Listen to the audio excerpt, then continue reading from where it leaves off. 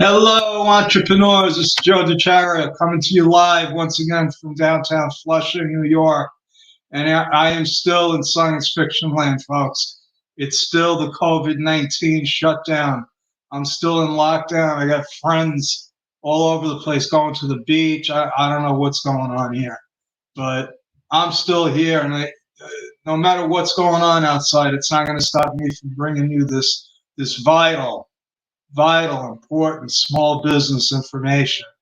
And tonight, what I'm doing is I'm going to give you a brief rundown of my free webinar tomorrow, which I'd like you to register for. It's right here. How does that work? Okay. No, you go from left to, yeah. Everything's like backwards, but you go howyoucanwinatbusiness.com and register, and I'll give you a brief summary right now of what I plan on covering. But before I do that, if you don't know me, I am a CPA over 35 years. I've worked with thousands of business owners from their initial concept all the way through criminal IRS cases. Not that I was personally involved with, but I worked on cases, forensic accounting, some pretty interesting stuff, and some really, really, really boring stuff. But the fact is, I've seen it all. It's been pretty exciting. And now instead of just doing it, I like to teach people about doing it. And based on my experience, not only as an accountant, but as an entrepreneur, I'm a serial entrepreneur. I love business and I failed at it many times.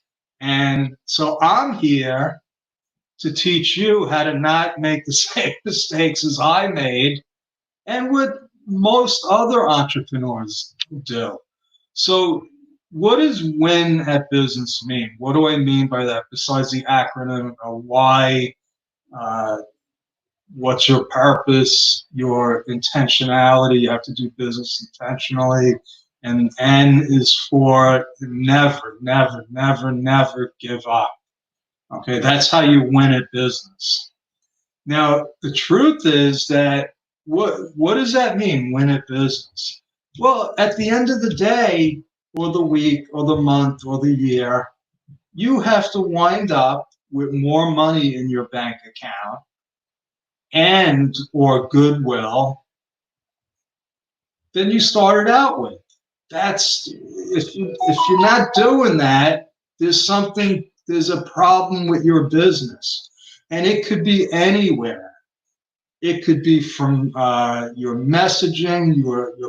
You might not even have a product that people are willing to buy. Well, that's the first problem. And that's a problem that you're not going to get over, because if you're trying to sell something, and it could be the greatest thing in the world, but if people aren't willing to pay for it, you don't have a business. Now, but let's say you do have a great why and you do have a product, and everything's going great, but for some reason at the end of the day you have less money and you're just working harder and harder, and it doesn't matter how hard you work and for all the successes that you have, that there's something wrong at the end of the day when you're struggling to try to figure out why it's out of whack. Now, for me, as an innocent bystander, I've seen firsthand the sequence of events, and after a while, you start recognizing patterns, personality types, control freaks. That I can tell you right now, if you're a control freak, you're only going to be able to do as much as time will allow you. So if you think knowing every little detail of your business is a good thing, it's not. Okay. So only the people that have learned to let go and learn how to delegate and automate are the people that really grow strong, healthy businesses. But here, let me paint you a picture. Yeah. And it's pretty simple. The picture is you have something to sell. Okay, this is a really cool gadget. What it does is, I'm probably going to start selling these. My girlfriend just ordered a ton of them from her supplier. But all it does is it gets your blood circulating. And everybody I show this to, they want it. And I think I'm going to brand it. And, so let's say people buy this. Well, there's now the thing is, okay, well, I got to show it to them. I got to get it to them. I got to get the payment. But at the end of the day, I want them to buy this thing, and I don't even know what you call it. I don't know if it has a name, but if it works, it's one of the easiest. And you don't need to be bald. You don't have to be bald to use it. You can actually have hair, and you can. So this is. I think I'm just going to do this. So I want to get people to buy this. And at the end of the day, I want more money in my bank account. Hopefully I'm charging, $10 for this and I'm paying $1. I don't know what that is yet, but hopefully, my profit margin is high enough so that I'm going to get, if I sell a lot of these, my bank account will go higher and higher and higher. But it's not a perfect straight line. It doesn't go from here right into my bank account. It weaves. It goes from here. Okay, first I got to get an order. Now I need a website. So I got to get a website if I want people to place orders on. Now I need a shopping cart. Okay, now I need a merchant account. I need a tax ID number. All of a sudden, it becomes pretty complicated. I just want to sell these things. Now I got to open up a bank account. I got to incorporate. So there's all these other things that, I'll put that off till later. I'll get to it. All I want to do is sell this. So what do I got to do? I'll open up the bank account. I'll get my PayPal account out, Now I got to ship it. Now people are paying me now. Now I got to ship it. So that's another thing. So it's a pretty simple concept. I just want to sell this stupid thing, and I want the money to go into my bank account. Why do I have to start getting involved with all these other things that I have no idea about? I need to get my bookkeeping done. I need insurance now. What kind of insurance? Holy crap. I just want to sell these stupid little yellow things. It's easier if I just went on the freaking corner and sold them for cash. But people don't even have cash on the street anymore. They're going to still want to pay with a freaking debit card. So here I am now. All I want to do is sell. I'm great at selling these. I'm great at this. Okay, selling them isn't the problem. Okay, and I start selling a lot of them, and I get a lot of money in my bank account. I'm happy. I'm happy. And then I start getting notices about payroll taxes and registration. And I forgot about all that stuff. Now I got to get an accountant. Okay. Take some of that money out. Now I'm paying the accountant. And the accountant tells me I owe the IRS 20 grand because I was supposed to be paying payroll taxes on that stuff. All of a sudden, I got to sell a lot more of these because now my bank account is in the negative.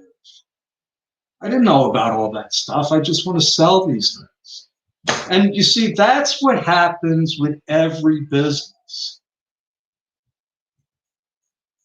Every business has the same story. At some point, something along the line is clogging up the money. It's holding it back. It's making it smaller. The expenses are higher than they should be. The technology isn't working the way it's supposed to. The vendors aren't reliable. There's all kinds of stuff. And forget about it. If we have, a pandemic, what's that going to do to business? Okay. So what I'm going to do in my free webinar is I'm going to talk about situations like this. I'm going to give you real life situations where smart people did unbelievably stupid things and destroyed their lives and their businesses.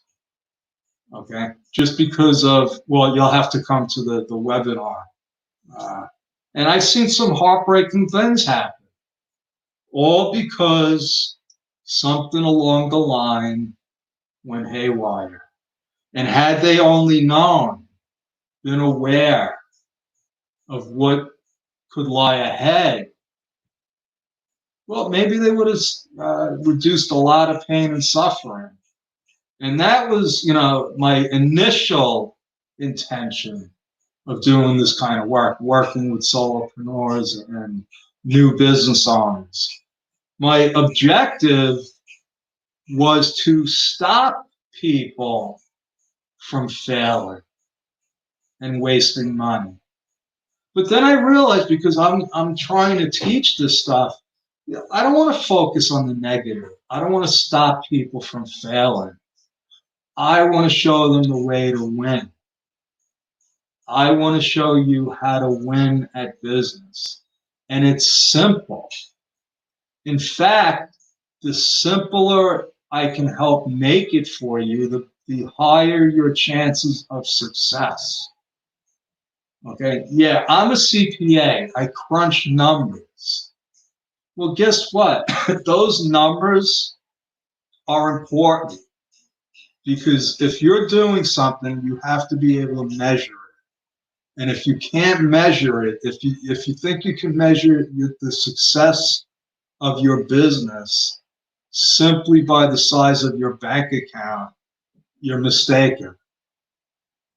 Okay?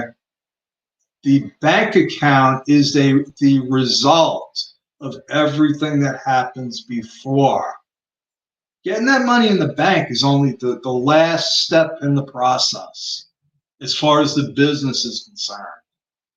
You sold a bunch of these, and now you paid all the expenses along the way, and now you got more money in your bank account. Well, that wouldn't have gotten there if you didn't initiate it with the sale. And before that, having the idea about selling these. Yeah, and that's how businesses start. Every business starts with an idea. I just got this as a gift from my girlfriend. And when I sell these, you're going to have to buy one. This is unbelievable. And then a bunch of people saw me with them on one of these, and they all wanted to buy one. So I think I'm going to start another business. Anyway, that's my story. I'm sticking with it. Joe DeChara, CPA. Register for my webinar tomorrow, How You Can Win at Business. And it will be on a Zoom call, so it will be interactive. So, I'm still apologizing to my Facebook friends if you're trying to, send me messages or something. When I get off these, I see people were saying hi to me. And it's not that I'm ignoring you. I'm still not up on the technology, and that's the truth. And I'm sticking with it. So, over and out, Joe DeChara. I will see you tomorrow night. Thank you.